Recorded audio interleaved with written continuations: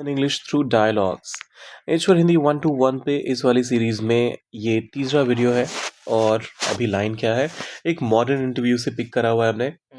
The worst part about having a strong personality, वैसे पूरा ही देखेंगे, पूरा पढ़ेंगे भी इसे और हर एक वर्ड को समझने की कोशिश करेंगे। उसके अंदर छुपा हुआ जो एक डीपर मीनिंग है उसको भी रिवील करेंगे। लेकिन फिलहाल आपने क्या करना है, चैनल को करना है सब्सक्राइब और वीडियो को लाइक भी कर दीजिए, क्योंकि इससे हमें क्लैरिटी मिलती है कि हाँ, आपको इस तरह के वीडियोस देखने हैं। और जब आप नहीं करते हैं लाइक, तो लगता है शायद ये आपको शायद इस बारे में आपको और ज़्यादा लर्निंग नहीं चाहिए। तो करते हैं शुरुआत। पूरा स्टेटमेंट पहले पढ़ते हैं। The worst part about having a strong personality is that people often forget you bleed too. They mistake composure for immunity and silence for peace. Okay, एक बार फिर से पढ़ते हैं। The worst Hmm? Part about having a strong personality. Her word को इसका due time देना पड़ेगा आपको। अगर आप पर्सनालिटी बोल के जल्दी से भागना चाहेंगे तो आपका प्रोनाउंसिएशन मैसअप होगा। और ये ख़ास तौर पे जो भी लोग बिगिनर और इंटरमीडिएट लेवल पर होते हैं, वो अक्सर ऐसी गलती करते हैं। उनको लगता है जितना मैं फास्ट बोलूँगा उतना ही मैं अच्छा स्पीकर कहलाऊँगा, लेकिन ऐसा नहीं है। Take your time. The more time you take, not only would it make you sound as if you think through before speaking, you will be perceived as somebody who is who has deeper sense of understanding, और साथ साथ सामने वाला आपकी बात भी समझ पाएगा. So the worst part about having a strong personality is that people often forget you bleed too. They mistake composure for immunity and silence for peace. अब हर वर्ड को थोड़ा ब्रेक डाउन करके देखते हैं। ठीक है। अच्छा, वर्स्ट ये कहाँ से आया? Bad, Hmm? ये कंपैरेटिव में क्या होता है? Worse. और सुपरलेटिव में? Worst. तो जब कभी भी आप सुपरलेटिव डिग्री का इस्तेमाल करते हैं, उसके पहले द का इस्तेमाल होता है। Hmm? तो अगर ये बुरा है, ये उससे बुरा है, ये सबसे बुरा है, सबसे बुरी। अब अगला वर्ड क्या है? पार्ट अबाउट, सबसे बुरी। अब पार्ट जो है, वो जो चीज है, Hmm? किसी चीज के बारे में, किस चीज के बारे में? Strong personality के बारे में। Having a strong personality. देखिए, हैव टू हैव का मतलब क्या होता है? कोई भी चीज पास होना Hmm? या फिर कोई भी चीज महसूस होना। ठीक है, दोनों ही केसेस में आप हैव का इस्तेमाल करते हैं। अब ये हैविंग देखते हैं ना, बहुत बार लोगों के, खासतौर पे जो इंडियन स्पीकर्स होंगे और अगर वो गलती से भी थोड़ा सा ट्रेनिंग डोमेन में आ जाते हैं, तो उनको लगता है यार हैविंग किसी को बोलने ही मत दो, ये बहुत गलत वर्ड है। ऐसा नहीं है। Having a strong personality, anything that you have while talking about it, you do say have. So I have a problem, correct है ये भी। I am having a problem, वो भी करेक्ट है। टिपिकली लोगों को क्या लगता है कि जब कभी भी कुछ कंज्यूम करने की बात आती है या फिर किसी चीज को एंजॉय करने की बात आती है, उसी केस में आप हैविंग का इस्तेमाल करिए, अदरवाइज हैव का इस्तेमाल कीजिए। यहाँ पर ना कंजम्पशन की बात हो रही है, ना ही एंजॉय करने की बात हो रही है, फिर भी आप हैविंग का इस्तेमाल करेंगे, बिल्कुल करेक्ट है ये।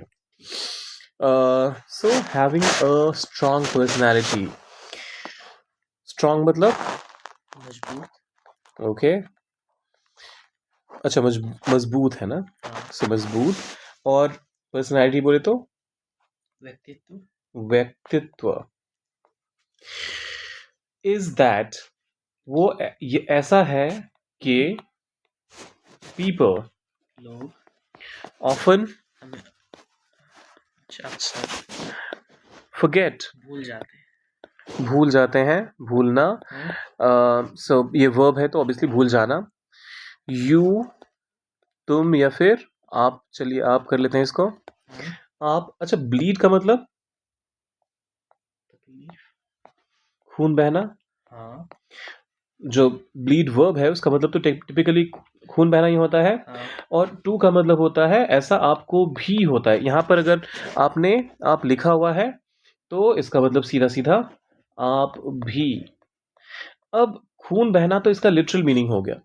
मेटाफोरिकली जब आप कहते हैं तो इसका मतलब होता है कि आपको भी तकलीफ होती है, आपको भी चोट लगती है, आपके भी खून निकलता है। अगर कोई आपको मतलब कहीं चोट लग जाए, कहीं कुछ कट वट जाए, तो आपको भी खून निकलती है।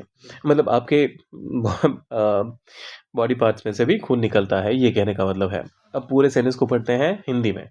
ठीक है। एक मजबूत व्यक्तित्व होने की के बारे में सबसे बुरी चीज ये है कि लोग अक्सर ये भूल जाते हैं कि आपको भी दर्द होता है, आपको भी तकलीफ होती है, आपका भी खून बहता है। हम्म, सोचिए कितना स्ट्रांगली एक एक मैसेज कन्वे करने की कोशिश की जा रही है कि अगर मैं एक स्ट्रांग पर्सनैलिटी के साथ चल रहा हूँ, मेरी ज़िंदगी में हज़ार प्रॉब्लम्स हो रही होंगी, लेकिन मैं बिल्कुल स्माइल के साथ आपसे मिलता हूँ, तो आप भूल जाते हैं कि यार इसकी ज़िंदगी में भी कुछ प्रॉब्लम हो सकती है। दे मिस्टेक, वो गलती करते हैं।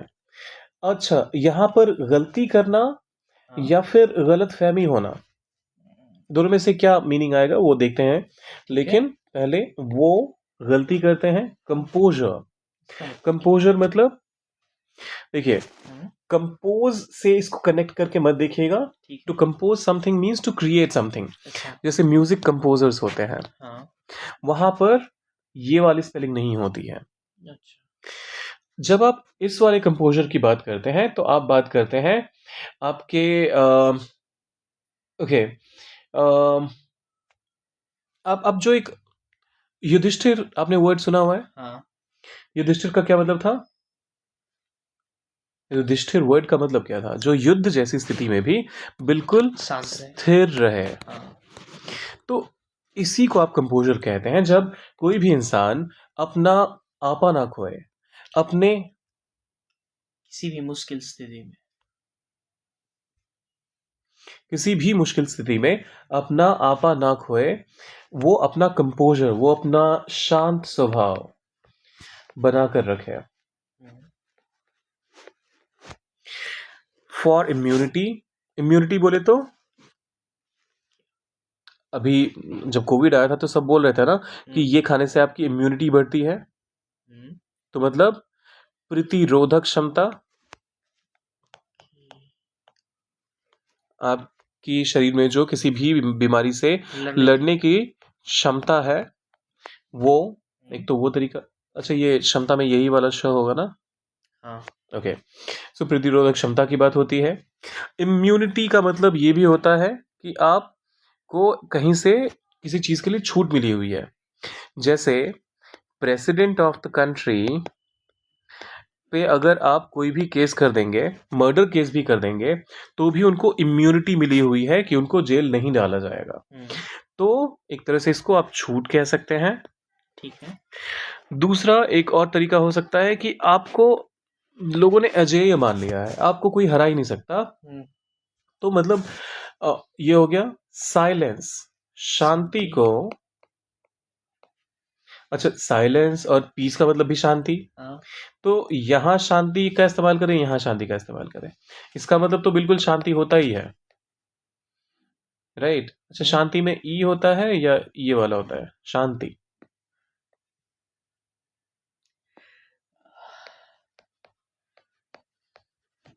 यहां पर शांति ना कह के हम चुप्पी कहेंगे। ठीक है, ठीक है। एक बार अब पूरे सेंटेंस को पढ़ते हैं। वो गलती करते हैं। हाँ। क्या गलती करते हैं? शांत स्वभाव को हम्म शांत कंप्यूटर फॉर इम्यूनिटी, शांत स्वभाव को प्रतिरोधक क्षमता। वो आपके शांत स्वभाव को, आपको मिली हुई कोई छूट या फिर आपका अजेय, हाँ। आपकी अजेयता समझ लेते हैं कि मतलब इसे तो कुछ नहीं हो सकता, ये तो बिल्कुल शांत ही रहेगा, इसे कोई दिक्कत हो ही नहीं सकती। इसे दर्द ही नहीं होता। दर्द तो पहले हो चुका है ना, अच्छा, सॉरी। यहाँ ब्लीड वाले में दर्द हमने कह दिया है।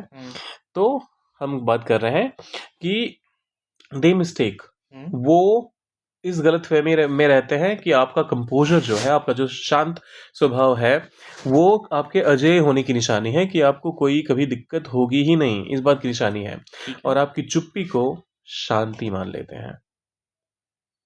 एक बार फिर से पूरा पहले इंग्लिश वाला सेंटेंस पढ़ते हैं और फिर उसका हिंदी वर्जन पढ़ेंगे।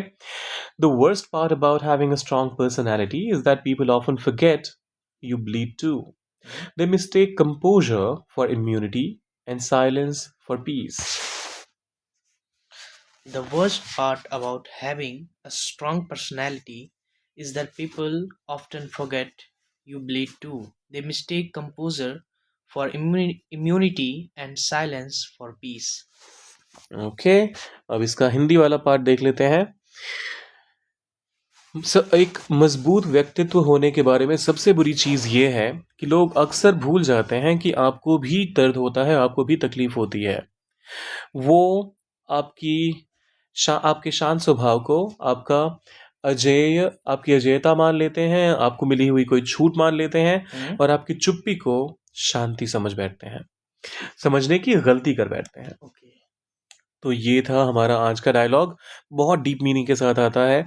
और जाने से पहले आपने क्या करना है, सब्सक्राइब, लाइक और शेयर। करके जाइए। मिलते हैं जल्दी।